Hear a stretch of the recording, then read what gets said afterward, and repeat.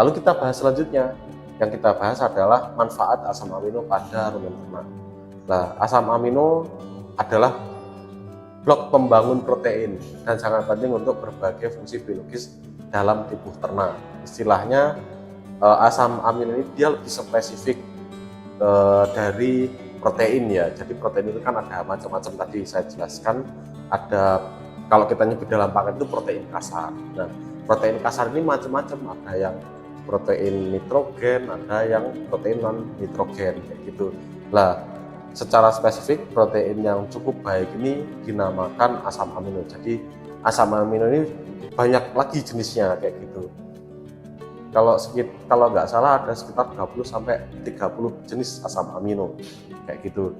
Nah, fungsinya asam amino ini memiliki manfaat, yakni sintesis protein mikroba. Ini juga sedikit dibantu ya istilahnya. Tapi karena ini masih dasar, nanti akan saya jelaskan lagi asam amino apa sih yang akan disintetis oleh mikroba kayak gitu, yang disintesis nanti. Nah, terus protein mikroba ini kemudian kan nanti akan diserap oleh usus halus dan digunakan oleh ternak untuk pertumbuhan, produksi susu, dan pemeliharaan tubuh. Nah, ini nanti asam amino yang itu biasanya berasal dari pakan kayak gitu. Nah, berasal dari pakan yang dibahas ini itu biasanya dari tanaman kayak gitu, entah itu dari kelor, indigo vera, gamal, tanaman kacang-kacangan, dan lain-lain kayak gitu. Jadi itu ya yang dibahas kebetulan, yang dimaksud dalam sumber nitrogen dalam sintesis protein mikroba ini. Yang kedua, perbaikan dan pertumbuhan sel kayak gitu.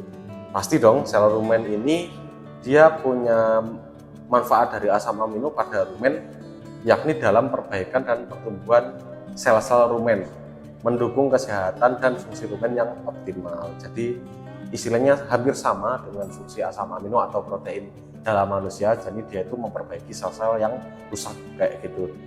Sumber energi itu juga bisa, tapi perlu kita garis bawahi juga ya. Jadi kalau kita memberikan asam amino itu mungkin ada tambahan sumber energi, tapi kita harus menggarisbawahi bahwa itu bukan sumber energi ya kayak gitu.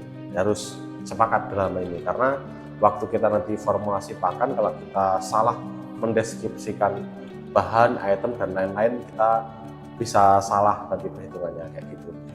Asam amino ini dapat deaminasi oleh mikroba rumen untuk menghasilkan amonia dan asam karbon kayak gitu, atau amonia itu CH5 atau CH4 ya, saya agak lupa, nanti coba kolom komentarnya. Amonia ini kemudian digunakan kembali oleh mikroba untuk sintesis protein mikroba kayak gitu. Sementara asam karbon bisa dimanfaatkan sebagai sumber energi kayak gitu. Sedikit penjelasan, dan memang kalau asam amino ini benar-benar bersumber dari pakan ternak, misal kayak tanaman-tanaman yang tadi yang sumber asam amino, nanti bisa dibahas ke situ kayak gitu. Fungsi metabolik yaitu metabolisme mikroba. Asam amino berperan dalam berbagai jalur metabolik mikroba rumen yang berkontribusi pada efisiensi pencernaan dan pemanfaatan nutrien oleh ternak. Itu pastilah, jadi otomatis si asam amino akan dimanfaatkan untuk metabolisme si mikroba ini tadi. Secara keseluruhan memang mikroba rumen dan asam amino ini memainkan peran yang sangat penting dalam kesehatan, pertumbuhan, produktivitas ternak.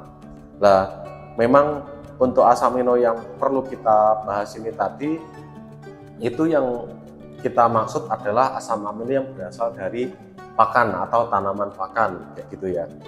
Nah, terus ini kita juga ada perbedaan ya, asam amino yang dipakai di ruminansia dan non ruminansia kayak gitu. Kalau kita memberikan feed additive langsung berupa asam amino, ini tadi ada sedikit yang harus kita luruskan. Jadi ada beda proses dan jenis asam amino yang dipakai di ruminansia dan non ruminansia. Biasanya dipakai di unggas itu kalau non ruminansia atau babi dan lain-lain.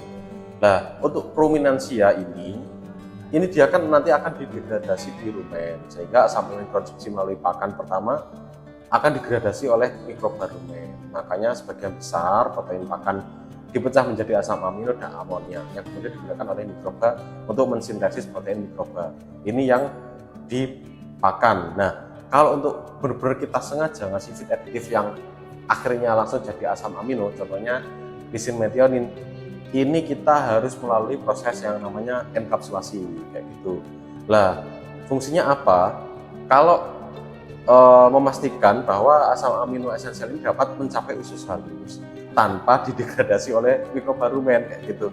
Sehingga teknologi enkapsulasi ini digunakan yang prosesnya melibatkan pelapisan asam amino kayak gitu. Jadi si asam amino dilapisi entah pakai bahan tertentu kayak gitu, yang dia nanti waktu masuk di rumen yang didegradasi itu nanti yang enkapsulannya atau yang kapsulnya ini tadilah istilahnya, sehingga asam amino bisa masuk ke usus halus yang dia nanti akan dibantu pencernaan oleh usus halus kayak gitu. Nah terus kalau yang non ruminansia gimana? Yang unggas dan manusia atau non ruminansia seperti babi juga absorpsi langsung, jadi sehingga waktu kita pakai fitadioaktif atau minuman atau pakan tambahan yang berupa asam amino, kita langsung masuk ke lambung kayak gitu. Jadi karena nggak ada mikrobarumen ya, jadi aman, nggak perlu dienkapsulasi, nggak apa-apa kayak gitu. Nah jadi nggak perlu melalui proses fermentasi oleh mikrobarumen. Nah kebutuhan asam amino ini memang diperlukan untuk makhluk hidup ya, terutama manusia ataupun hewan dan ternak kayak gitu, untuk bisa memberikan dampak positif atau untuk pertumbuhan kita. Jadi biar kita perkembangannya bagus, si ternak kita juga oke, dan kita butuh si asam amino ini. Jadi memang dua hal ini cukup saling terkait, terutama bagaimana kita memberikan pakan kayak gitu. Secara keseluruhan, enkapsulasi asam amino ini membantu memastikan bahwa ternak ruminansia menerima asam amino esensial yang mereka butuhkan untuk pertumbuhan, produksi, dan kesehatan yang optimal, mengatasi tantangan yang dihadapi oleh sistem pencernaan ruminansia kayak gitu. Jadi kita sudah bahas ya mikrobarumen itu seperti apa, manfaatnya seperti apa. Yang pasti mikrobarumen itu dibutuhkan untuk membantu mencerna pakan atau makanan ternak, sehingga nanti pada proses pencernaan selanjutnya yang ada di usus halus itu nanti sudah lebih bagus. Sehingga kenapa si ternak ruminansia ini meskipun dia makan hanya hijauan, dia nggak makan daging, dia bisa gemuk, atau bahkan dia bisa lebih gemuk daripada karnivora atau omnivora kayak gitu ya. Nah terus kita juga sudah bahas asam amino, jadi harus kita bedakan kalau asam amino ini untuk ruminansia dia harus melalui proses yang namanya enkapsulasi, agar dia waktu masuk ke rumen dia akan didegradasi itu enkapsulasinya aja atau enkapsulannya aja, terus dia nanti bisa masuk ke proses pencernaan selanjutnya yang berada di usus kayak gitu. Untuk non ruminansia seperti unggas, manusia, babi dan lain-lain, dia nggak perlu enkapsulasi, dia bisa langsung masuk dan akan diserap di lambung lanjut ke usus kayak gitu. Terima kasih. Kalau ada salah kata atau hal yang lain silakan komen aja di bawah ini. Like kalau suka, kalau nggak suka silakan dislike aja, nggak apa-apa. Terima kasih.